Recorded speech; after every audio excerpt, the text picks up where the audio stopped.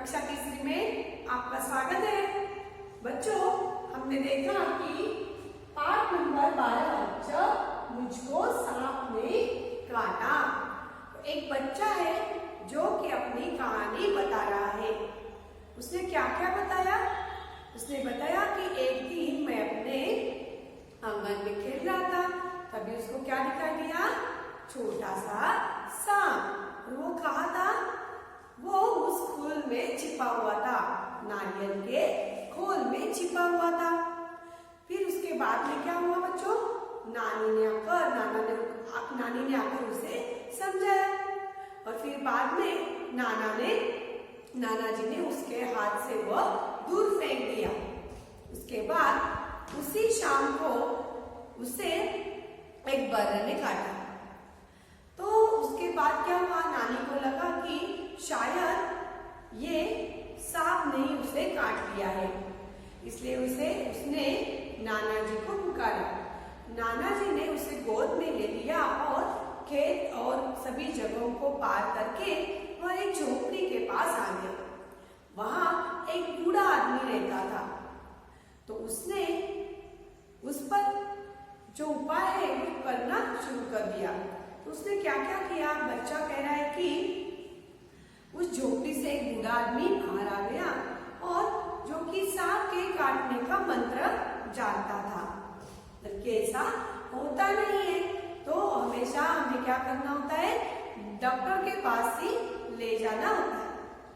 लेकिन जब नाना जी ने कहा उस बूढ़े आदमी से कि इस बच्चे को सांप ने काटा है, इसकी झाड़ फूंक कर दो, कुछ तंत्र मंत्र वगैरह जो है वो कर दो। बूढ़ा आदमी जो था उन्होंने क्या किया? उस बच्चे को अंदर ले गए, झोपड़ी के अंदर ले गए। उसने मेरी उंगली देखी और बोला चुपचाप बैठो।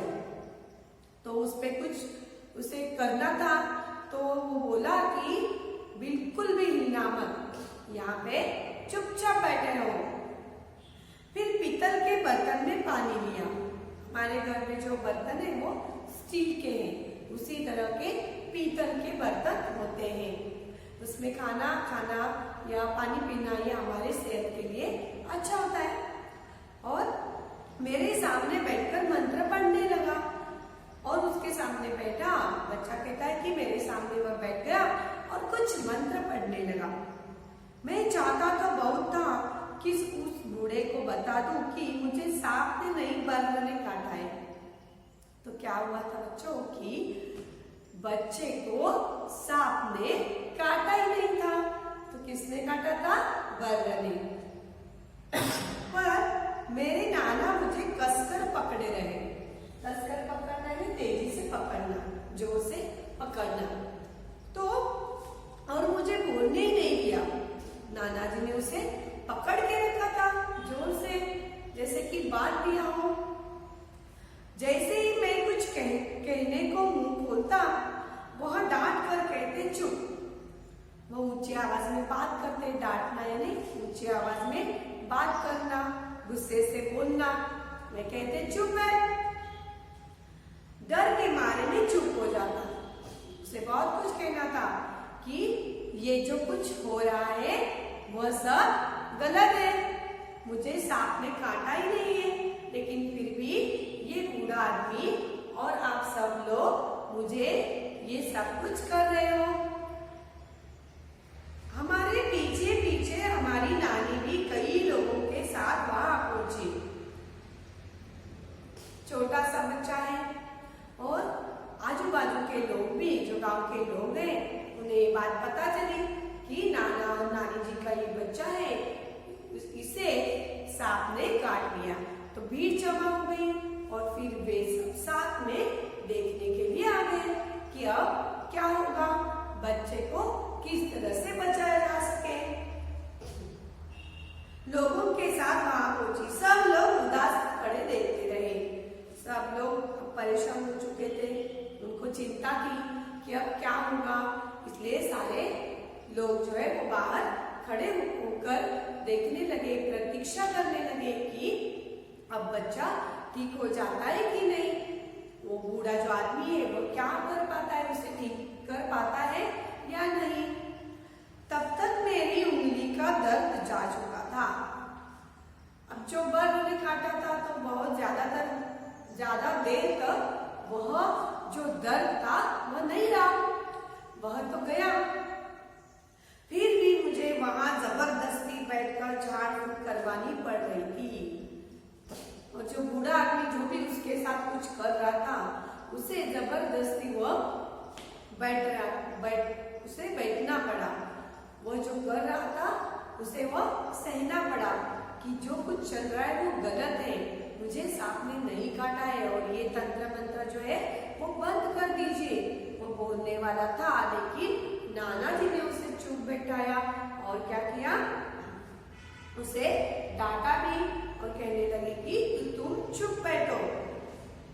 और वो ठहरा छोटा बच्चा, तो उसने आगे कुछ नहीं कहा और उसका दर्द क्या हुआ था अभी जा चुका था। कुछ मिनट बाद बूढ़ा आदमी उठा। उसने उसी बर्तन के पानी से मेरी उंगली धोई और मुझे पिलाया। उसने मुझे बोलने से मना कर दिया ताकि दवा का पूरा असर हो।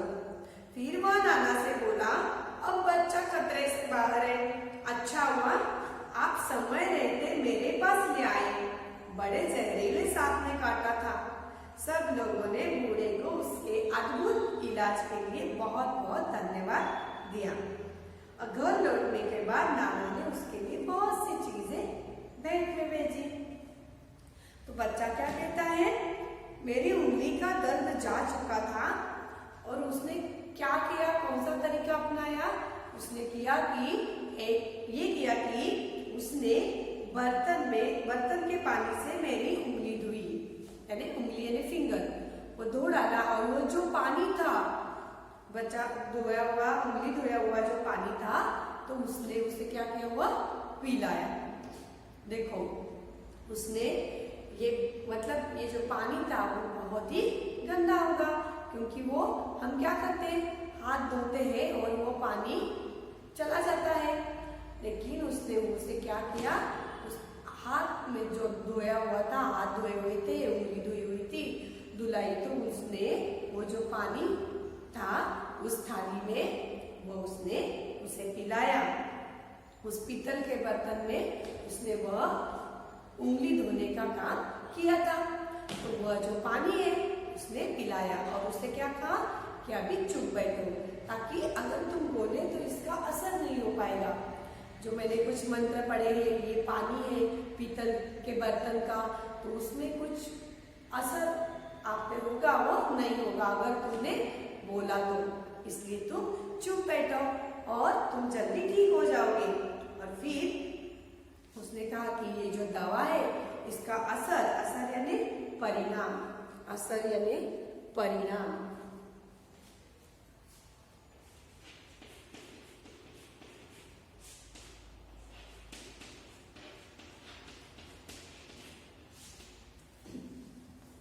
तो इसका जो असर है दवा का, जो परिणाम होगा शरीर पर, वो दिखाई नहीं देगा अगर तुम बोले तो। इसलिए तुम्हें चुप होना पड़ेगा। फिर नाना से बोला, अब बच्चा खतरे से बाहर है, मतलब अब उसमें कोई जो जहर है वो उसके शरीर में, पूरे शरीर में नहीं फैला है, वो खतरे से बाहर है। आपको पता है कि जहरीले जो सांप होते हैं उनका वो जो जहर है उन्हें काटने के बाद वो सारा जहर पूरे शरीर में फैल जाता है। तो इससे आदमी की जान को खतरा होता है, हमारी जान को खतरा होता है। इसलिए नाना को उसने कहा, उस आदमी ने, कि अब ये खतरे से बाहर है, मतलब सेफ है, तो अब ये सुरक्षित है। ये जो दवा मैंने अभी दी, मंत्र जो मैंने पढ़े, इसकी वजह से ये सुरक्षित है। ये जो सांप ने काटा हुआ था उसका जो जहर है वो मैंने निकाल दिया है। कुछ इस तरीके से उसने बातें की और उसने कहा कि अच्छा हुआ समय रहते मेरे पास ले आए, मतलब बहुत अगर समय आपने बिता दिया होता, बहुत देर कर दी होती तो कुछ अलग हुआ होता। लेकिन बच्चों इस बच्चे को सांप ने तो काटा ही नहीं था, लेकिन ये जो मंत्र वाले जो आदमी है, ऐसे होते हैं बहुत सारे, तो ये लोगों को इस तरह से फंसाते हैं। इससे हमें सावधानी बरतनी चाहिए। तो इन लोगों को हमें अच्छी तरीके से बात करके समझाना चाहिए कि अगर सांप ने काट लिया तो हमें क्या इस तरह से मंत्र करना, मतलब जो आप मंत्र से ये इलाज करते हो, ये बहुत ही गलत बात है। हमें क्या करना चाहिए? हमें हॉस्पिटल, अस्पताल में, दवाखाना, इसमें ले जाना चाहिए, हॉस्पिटल में ले भर्ती कराना चाहिए और फिर इस पर इलाज किया जा सकता है। लेकिन ऐसे कामों से, ये गलत कामों की वजह से आदमी की, इंसान की जान भी जा सकती है। इसलिए हमें बड़ी ही जिम्मेदारी से काम लेना होगा। तो इस नाना जी को कहता है वो कि अच्छा हुआ आपने समय पर इसे ले आए, बड़े जहरीले सांप ने काटा था। अब लड़के को पता है, बच्चे को, कि बर्र ने उसे काटा था। तो अब ये कितना झूठ बोल रहा है आदमी कि बड़े जहरीले सांप ने काटा था। अगर जहरीले सांप ने काटा होता तो अब तक उसे बहुत सारा दर्द होता और न जाने क्या क्या होता उसे, उसके जो शरीर में बहुत सारा जहर फैल जाता। लेकिन ऐसा कुछ नहीं हुआ है। लेकिन फिर भी ये जो आदमी है वह झूठ बोल रहा है। और ऐसे ही लोगों को ये लोग जो होते हैं फंसाते हैं। सब लोगों ने बूढ़े को उसके अद्भुत इलाज के लिए, उन्हें लगा बहुत ही आश्चर्यकारक इसने इलाज किया और बच्चे को ठीक कर दिया है। तो लोगों का क्या हुआ, उस पर विश्वास होने लगा। ऐसे लोगों पर ये जो लोग होते हैं गांव के, उन्होंने क्या किया, इन्होंने इस पर विश्वास जताया कि हाँ ये बहुत अच्छा आदमी है, इसने तो छोटे से बच्चे को ठीक कर दिया, नहीं तो बच्चे की जान को खतरा था। तो इसने सांप ने जो काटा था, वो जो उसका दर्द था वो उसने गायब कर दिया। सचमुच ये बहुत ही अच्छा आदमी है। तो लोगों को विश्वास होने लगा। अब लोग क्या करेंगे, लोगों को जब भी कोई कभी और किसी को सांप काटेगा तो लोग क्या करेंगे, डॉक्टर के पास नहीं जाएंगे, सिर्फ इसके ही पास आएंगे, क्योंकि उन्होंने उनकी आंखों के सामने देखा कि बच्चा ठीक हो गया। ये बात उन्होंने अपने मन में ठान ली है कि इस बूढ़े आदमी ने कुछ मंत्र तंत्र पढ़कर उस पर इलाज किया है। तो हमें भी क्या करना चाहिए, अगर फिर ऐसा कुछ होता है कभी किसी के साथ, तो हम भी क्या करेंगे, इस बूढ़े आदमी के पास ही लेकर जाएंगे।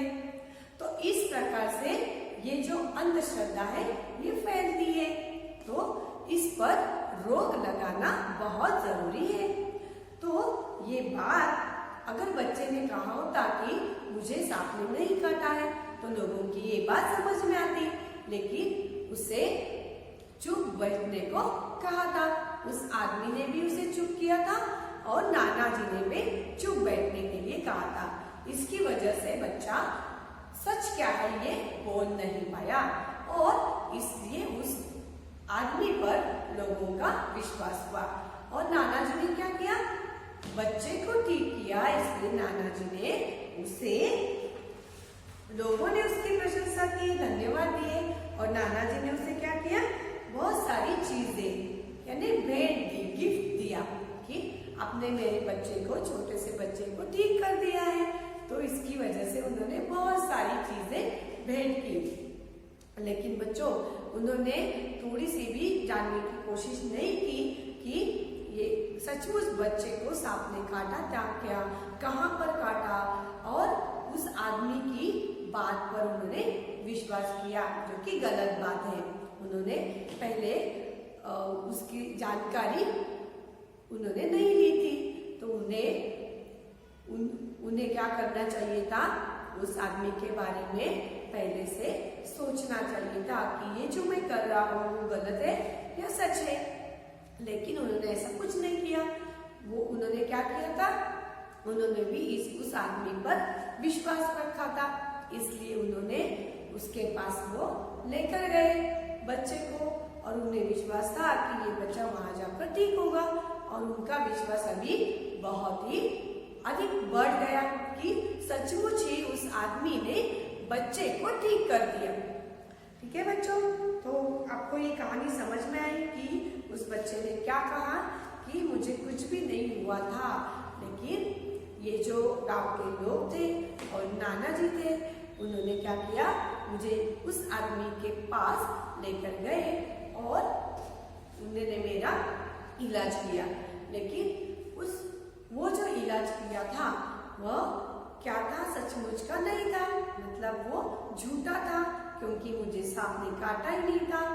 इसलिए लड़के को, बच्चे को, मतलब वो विचार करने लगा, परेशान हो गया कि किस तरह से उसने मुझे ठीक कर दिया होगा, जबकि मुझे सांप ने काटा ही नहीं, है ना। तो बच्चों, ये जो कहानी है ये आप पढ़ो और इसके शब्द याद रखो, अर्थ याद रखो, और इसके आगे हम क्या करेंगे, इसके प्रश्न उत्तर है वो देखेंगे। तब तक के लिए आप इस कहानी को जरूर पढ़ो। और बच्चों, ये जो कहानी है ये इसके बारे में क्या तुम जानते हो, पेज नंबर देखो 111, तो वहां पे क्या तुम जानते हो, सांप अपना भोजन चबाते नहीं है। सांप के बारे में जानकारी दी गई है, वो आप पढ़िए। सांप अपना भोजन चबाते नहीं है, वे भोजन साबुत निगलते हैं। सांप कभी बढ़ना बंद नहीं करते। सांप नाक से ही नहीं सूंघते। सूंघने के लिए सांप जीभ का इस्तेमाल करते हैं। सांप के कान नहीं होते, इसलिए सांप बीन की धुन सुनकर नहीं नाच सकता।